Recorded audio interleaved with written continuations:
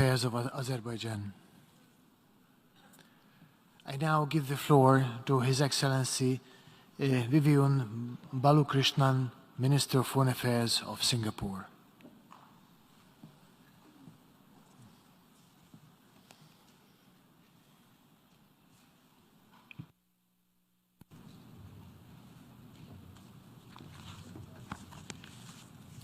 Mr. President, Excellencies, let me first congratulate His Excellency Csaba Kőrösi on assuming the presidency of the 77th session of the General Assembly. I also commend my good friend, His Excellency Abdullah Shahid, for his stalwart leadership of the 76th session during what was a most challenging year. This assembly is taking place in the shadow of multiple concurrent crises. Russia's invasion of Ukraine flagrantly violates international law and the UN Charter and undermines the rules-based order. We are also deeply concerned about the potential annexation of even more Ukrainian territory. The multilateral system, which has contributed so greatly to global peace and security, is now being severely tested. At the same time, superpower rivalry continues to sharpen.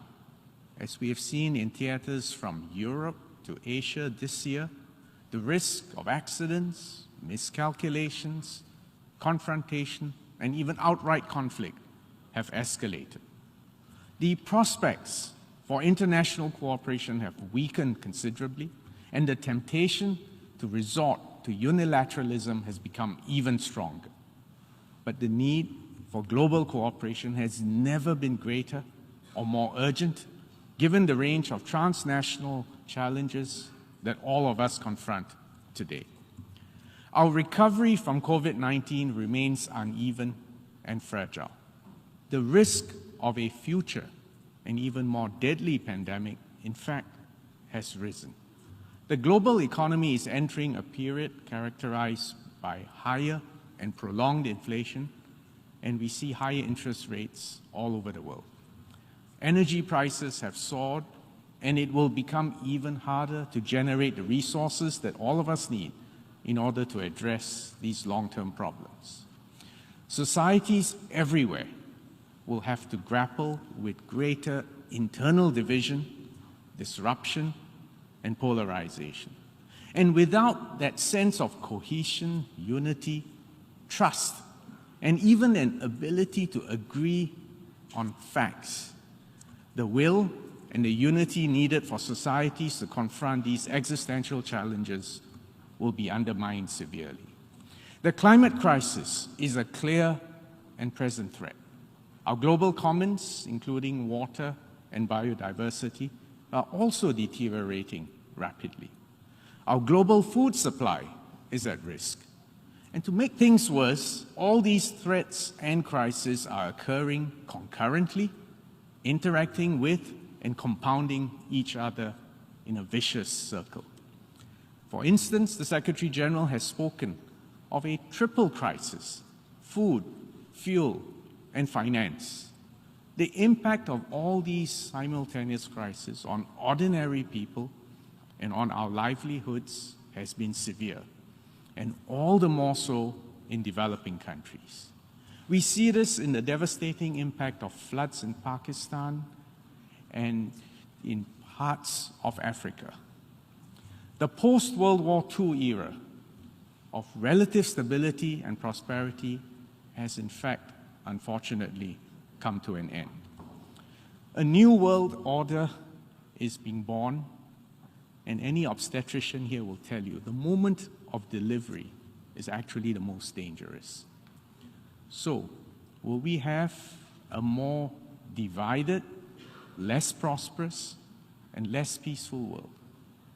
Or, instead, can we strengthen multilateralism and the United Nations to deal with the challenges of the future, to uphold and to strengthen the rules-based international system, and to jointly harness the opportunities offered by new technologies, including digital technology, synthetic biology, and customized healthcare, and, of course, renewable energy.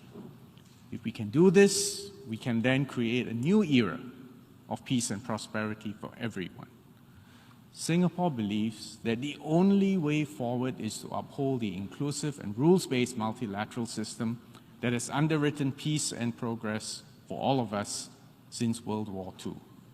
This is also why we have worked with a cross-regional group of countries to establish the Forum of Small States, FOSS for short, and we did so in 1992.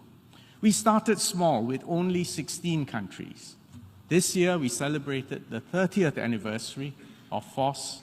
We now have 108 countries, a majority at the UN, and we are all proud members. FOSS has always been a champion of the UN and of rules-based multilateralism.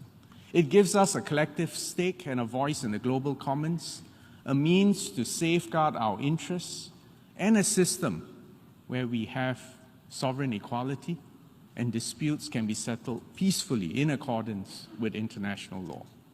Indeed, the profound importance of multilateralism and international law is precisely why Singapore condemned Russia's invasion of Ukraine.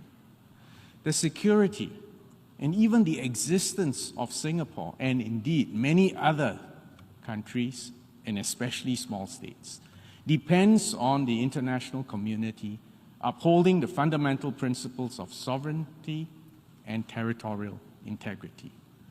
If we do not protect these principles, there is then no basis for countries, big and small, to cooperate on an equal footing. Small states especially must not allow the world to regress to one where might is right. While the rules-based multilateral system is not perfect, it is by far our best option in addressing transnational challenges and in managing the global commons. This was exemplified by the pivotal adoption of the UN Convention on the Law of the Sea, or UNCLOS for short, 40 years ago. It brought order and predictability to the governance of the oceans and provided a universal legal framework in which all states can work together. The geopolitical reality today makes it harder to forge consensus on such a framework. But as our experience with COVID-19 has shown, multilateral cooperation is the only way forward. Ultimately, we share one planet. And despite all our differences, our destinies are interwoven. And no one is safe until all of us are safe.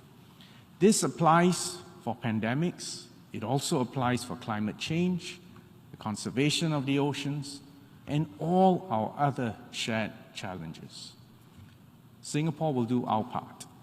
We are honored that Ambassador Rina Lee serves as the president of the BBNJ conference, which is currently negotiating a treaty under UNCLOS on the conservation and sustainable use of marine biological diversity of areas beyond national jurisdiction. We call on all delegations to expedite the conclusion of a robust and future-proof BBNJ treaty. There is so much more that we can do to re-energize and to transform the UN-based multilateral system to new realities and challenges. And I commend the leadership of the Secretary General in putting forth a bold and ambitious common agenda to do so. Let me focus on just 3 areas in our global commons where there is an urgent need to build resilience. First, climate change and food insecurity, global health and pandemic preparedness, and the digital transformation and cybersecurity. Climate change remains the most pressing challenge confronting humanity today, as we have seen from the more frequent occurrences of extreme weather events and the devastation that they have wrought world over. We need a sustained and ambitious global response, continued commitment by all countries to the Paris Agreement and the Glasgow Climate Pact. That's absolutely critical. We also need to step up cooperation in the transition to net zero. This, in fact, will be the biggest socio-economic transformation since the Industrial Revolution. Both will require considerable economic restructuring, technological breakthroughs, investments, and behavioral changes. The UN-led multilateral system will be key in pulling everyone together to row in the same direction and not leave anyone behind. Singapore is a small, low-lying, alternative energy disadvantaged island nation, is especially vulnerable to climate change and to rising sea levels. Actually, Singapore's impact on global emissions is infinitely small, but we take our climate change actions, obligations very seriously. We've just raised our climate ambition to achieve net zero emissions by or around mid-century. A comprehensive strategy to green our economy is taking shape, and we will raise carbon taxes progressively from 2024. We will do our part to build a comprehensive green finance ecosystem and facilitate the regional journey to net zero. We are supporting industry efforts to build the infrastructure for a voluntary carbon credit market in Asia. We are also building capabilities in environmental risk management in the financial sector and providing grants to defray the cost of green and sustainability-linked loans and bonds. An adjacent issue is food insecurity. Climate change, the pandemic, the war in Ukraine have all exacerbated the threat to our food security. According to a UN report, as many as 828 million people were affected by hunger last year. That's 46 million more than 2020 and 150 million more than 2019. We must reverse this negative trend. First, we need to ensure that food supply chains remain open and operate smoothly. Second, we must pursue innovation and leverage technology to adapt to new challenges. For example, working together to develop climate-resilient food systems whilst developing the necessary precautions for food safety. There is much scope for multilateral cooperation on capacity building and the development of global norms and standards. Next, it is essential to build a more robust global health architecture to protect our future generations. After COVID-19, there will be other pandemics and other major health emergencies.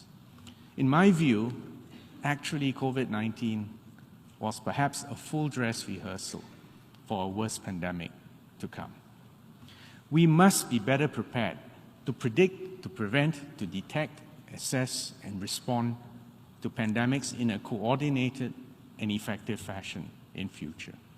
We have a collective responsibility to rectify the long-standing underinvestment in pandemic preparedness amongst other global public goods.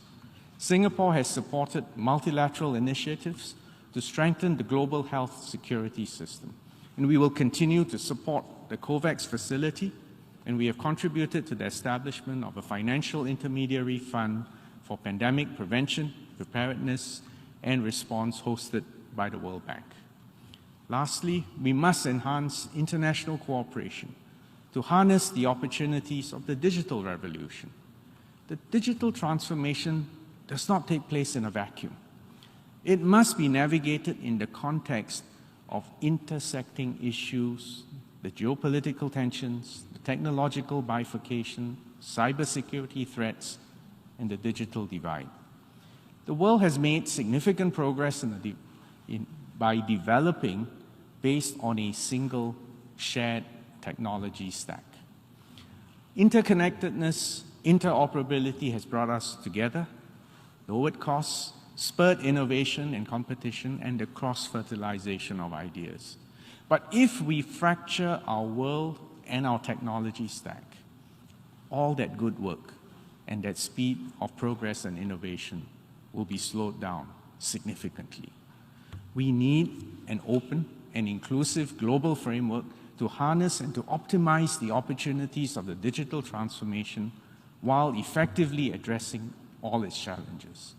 A zero-sum, exclusionary, bifurcated approach benefits no one. An erosion of trust and an atmosphere of confrontation will only breed more cyber threats and malicious cyber activities.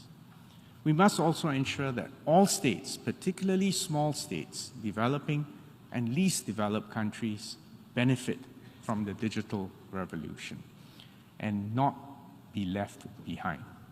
Singapore fully supports the Secretary General's proposal for a global digital compact, which has received strong support from member states. We are honored that Ambassador Berhan Ghafor serves as the chair of the open-ended working group on security of and in the use of information and communication technologies. The consensus adoption of the working group's first annual progress report in July is a welcome sign that multilateralism is alive and well and can still deliver meaningful progress on the global commons even in these difficult times. Mr. President, Excellencies, to conclude, this is a moment where multilateralism must be defended and fortified. Our responses to these myriad opportunities and challenges must remain rooted in the foundational tenets of multilateralism, including especially adherence to the UN Charter and international law. I remain an optimist in these difficult times, and I believe that we are actually on the cusp of an era of profound technological breakthroughs, one that will equip humanity with unimaginably powerful new tools. And it is in the world's interest and in our own national long-term interest to set aside our differences, to address the challenges of the global commons, and to harvest the emerging opportunities provided by new technologies. Ultimately, as member states, we have as much responsibility to each other and to our citizens to work together, to improve, adapt, and to strengthen the multilateral system that we have built so painstakingly over the past 77 years, so that our people, all people, can lead better, more secure, more peaceful, and happier lives. Thank you, Mr. President, Excellencies. I thank the Minister of Foreign Affairs of Singapore.